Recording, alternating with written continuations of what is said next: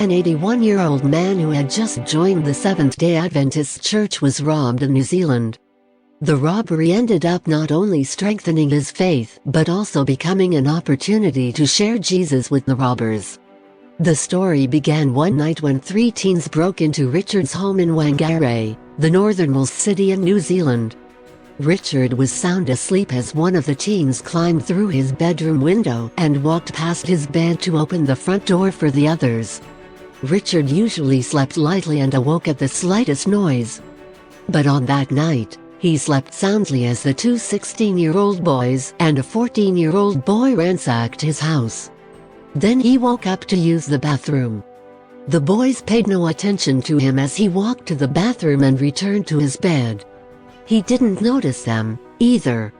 He was back in bed, fast asleep, when the boys jumped into the car in his garage and drove off, tires screeching, into the night. However, a neighbor heard the noise and ran to Richard's door to check on him. Bang, bang, bang. The neighbor knocked on Richard's door. No answer. Bang, bang, bang. The neighbor knocked some more. Finally, Richard woke up. "Did you know that your car has been stolen?" the neighbor asked. Rather than being upset, Richard felt a sense of relief when he saw the empty garage. He was glad that God had protected him from harm. 20 minutes later, the police arrived. They had found Richard's car with the keys inside and then used sniffer dogs to track the scent of the boys to a house located about a mile or 2 kilometers away. The police handed over Richard's stolen possessions, an electronic tablet, an electronic razor, and the contents of his wallet. But that was not the end of the story. Richard met 3 times with the 3 intruders as part of their punishment. He was astonished to learn about their backgrounds and see that not one of their parents attended the meetings. The boys lived with grandfathers or aunts. Richard's heart was touched when each boy apologized without a trace of arrogance. "It's your first offense," he told them. "I don't like what you did, but I don't hold anything against you. I forgive you, and I hope you will learn from this. I don't want reparation." But the boys tried to right their wrongs.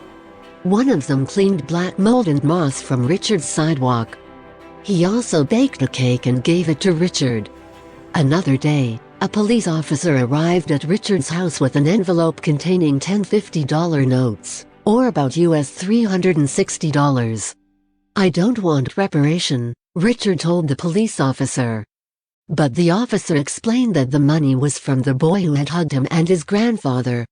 It was koha, a gift, according to New Zealand Maori custom.